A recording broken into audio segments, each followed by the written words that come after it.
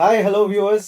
இன்னைக்கு நம்ம எத பத்தி பார்க்க போறோம்னா, ரைட் டூ இன்ஃபர்மேஷன் ஆக்ட் பத்தி பார்க்க போறோம். ஜெய் வந்திருக்காரு. ஜெய் கிட்ட கேட்டு தெரிஞ்சுக்கலாம். ரைட் டூ இன்ஃபர்மேஷன் ஆக்ட் எதுக்காக கொண்டு வந்தாங்க? ரைட் டு இன்ஃபர்மேஷன் அப்படின்றது பார்த்துட்டீங்கன்னா, நம்மளுடைய அடிப்படை உரிமை. ஸோ, இந்த அரசியல் சாசன சட்டத்திலே பார்த்துட்டீங்கன்னா, ஆர்டிக்கிள் 19ல வந்து அத பத்தி சொல்லியிருக்காங்க. 2வது நான் ஒரு விஷயம் கேட்கிறேனே, உங்களால இப்போ ஒரு கவர்ன்மென்ட் ஆஃபீஸ்ல போய் ஒரு டாக்குமெண்ட் வேணும், அல்ல ஒரு இன்ஃபர்மேஷன் வேணும்னா டைரக்ட்டா போய் வாங்க முடியுமா? முடியாது. ஸோ, இந்த ஆக்ட் வந்து பார்த்துட்டீங்கன்னா, உங்களுக்கு எந்த ஒரு கவர்ன்மென்ட் ஆஃபீஸா இருந்தாலும், நீங்க போய் வந்து தகவல் வாங்க முடியும். இது எதுக்கு அப்படின்னு பார்த்துட்டீங்கன்னா, இந்த சமுதாயத்தில அடித்தட்டுல இருக்கக்கூடிய மக்கள், கிராஸ் ரூட் லெவல் பீப்பிள் சொல்லுவாங்க. அவங்களும் எளிதாக கவர்ன்மென்ட் ஆஃபீஸ்ல போய் தேவையான இன்ஃபர்மேஷன வாங்குறதுக்காக தான் இந்த ஆக்ட் கொண்டு வந்திருக்காங்க. ஸோ இந்த ஆக்ட் சொல்றீங்க இல்லையா? இந்த ஆக்ட் மூலியமா எங்கெங்கெல்லாம் நம்ம இன்ஃபர்மேஷன் பெற முடியும்? இப்ப பார்த்துட்டீங்கன்னா, கவர்ன்மென்ட் டிபார்ட்மென்ட்க்கு அவங்களுக்கு கீழ செயல்படக்கூடிய எல்லா துறைகள்லேருந்து நம்ம வாங்க முடியும். ஒரு சில துறைகள தவிர. அதுக்கப்புறம் பார்த்துட்டீங்கன்னா, அரசினிடந்து நிதி உதவி பெறக்கூடிய அரசு சாரா நிறுவனங்கள். இதற்கிட்ட இருந்து நம்ம வந்து தகவல் வாங்கிக்க முடியும். ஓகே. ஸோ இது வந்து பிரைவேட் ஆளுங்க கிட்ட இந்த மாரி டீட்டெயில்ஸ் வாங்க முடியும். பிரைவேட் கிட்ட வந்து நீங்க டைரக்ட்டா வந்து இன்ஃபர்மேஷன்ஸ் வாங்க முடியாது. பட் இந்த பிரைவேட் நிறுவனங்கள், அதாவது பிரைவேட் ஸ்கூலா இருக்கட்டும், பிரைவேட் கம்பெனிஸா இருக்கட்டும், இத வந்து மானிட்டர் பண்றதுக்குன்னு ஒரு டிபார்ட்மெண்ட்ஸ் இருக்கு. இப்ப வந்து லேபர் டிபார்ட்மெண்ட் என்ன பண்ணுவாங்கன்னா, பிரைவேட் கம்பெனிஸ்ல உள்ள லேபர்ஸ் அந்த மாரிலாம் வந்து மானிட்டர் பண்ணுவாங்கல்ல. அந்த டிபார்ட்மெண்ட் கிட்ட இருந்து உங்களுக்கு தேவையான தகவல நீங்க வாங்கிக்க முடியும். இந்த இன்ஃபர்மேஷன் ஆக்ட்ல வந்து யாரெல்லாம் வந்து தகவல்கள் வாங்கலாம்? ஆஸ் எ இந்தியன் சிட்டிசன்ஸ் வந்து எல்லாருக்குமே அந்த ரைட்ஸ் இருக்கு. எப்படின்னு பார்த்துட்டீங்கன்னா, நம்ம வந்து நமக்கு தேவையான தகவல்கள கவர்ன்மென்ட் ஆஃபீஸ்லருந்து வாங்கிக்க முடியும்.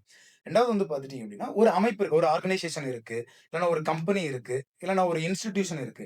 அவங்களும் வந்து தகவல வாங்கிக்கலாம். ஆனா வந்து என்ன பண்ணணும்னா, இன்ஸ்டிடியூஷன் நேம்ல போடக்கூடாது. அதுல வந்து யாரோ ஒருத்தரோட பேர் இருக்கணும்.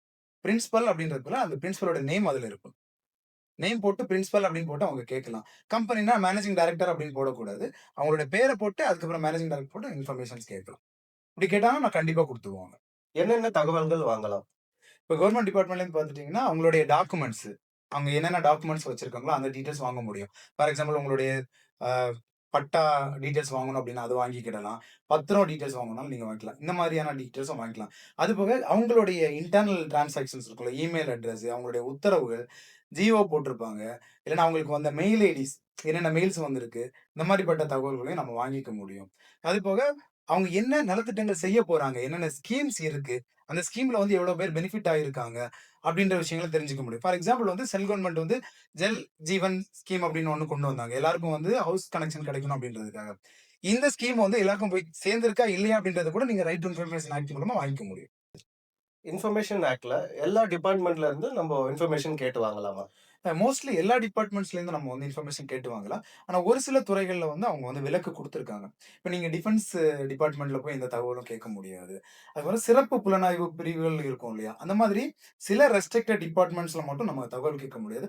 அத தவிர எல்லா டிபார்ட்மெண்ட்ஸ்லயும் எல்லா இன்ஃபர்மேஷன் நம்ம கேட்க முடியும். இத யார்கிட்ட கேட்டு தெரிஞ்சுக்கலாம்? இந்த ஆக்ட்ல ஒரு சில வரைமுறை குடுத்துருக்காங்க.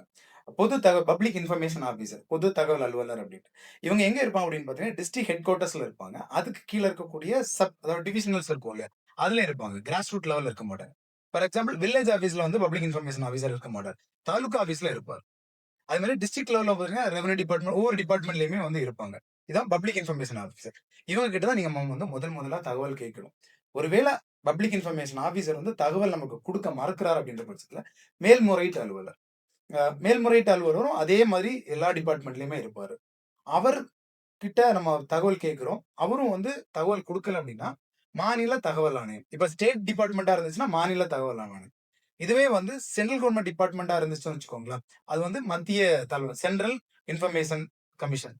ஸோ இங்க போய் நம்ம அப்ளை பண்ணி நம்ம வந்து இன்ஃபர்மேஷன் வாங்கிக்கலாம். ஸோ இப்ப நீங்க பப்ளிக் இன்ஃபர்மேஷன் ஆஃபீசர்ன்னு சொன்னீங்க இல்லையா? ஆ அவரு அவருனா யார்? பப்ளிக் இன்ஃபர்மேஷன் ஆஃபீசர்ன்னு தனியா யாரும் வந்து போஸ்டிங் போடல இதுவரைக்கும். அங்க இருக்கக்கூடிய ஃபார் எக்ஸாம்பிள் வந்து ஒரு தாலுகா ஆஃபீஸர் டெப்டி தாசில்தார் அப்படின்றவங்க, அவங்களுக்கு வந்து அடிஷனல் போஸ்டிங் குடுத்திருப்பாங்க. இப்ப பிளாக் டெவலப்மென்ட் ஆஃபீஸர பொறுத்தளவுக்கு வந்து டெப்டி பிளாக் டெவலப்மென்ட் ஆஃபீஸர் இருக்கிறாங்க. ஸோ அவங்க வந்து ரெஸ்பான்சிபிள் பெர்சனா இருப்பாங்க. ஸோ பேசிக்கா என்ன அப்படின்னா, ஒவ்வொரு டிபார்ட்மென்ட்லயும் தனியா போஸ்டிங் போடாம இருக்கிறவங்கள அவங்க அடிஷனலா குடுத்திருக்காங்க. எல்லா டிபார்ட்மென்ட்லயுமே ஆனா பப்ளிக் இன்ஃபர்மேஷன் ஆஃபீசர் இருக்கிறாங்க. வியூவர்ஸ், இப்போ நம்ம ரைட் டூ இன்ஃபர்மேஷன் ஆக்ட்ட பத்தி ஒரு சில கேள்விகள் தான் நம்ம கேட்டு தெரிஞ்சுக்கிட்டு இருக்கோம். இன்னும் நெறைய இருக்கு. ஸோ நெக்ஸ்ட் எபிசோட்ல இத பத்தி கேட்டு தெரிஞ்சுக்கலாம். தேங்க்ஸ் ஃபார் வாட்சிங் நோ யுவர் இன்ஃபர்மேஷன் சேனல். வணக்கம்.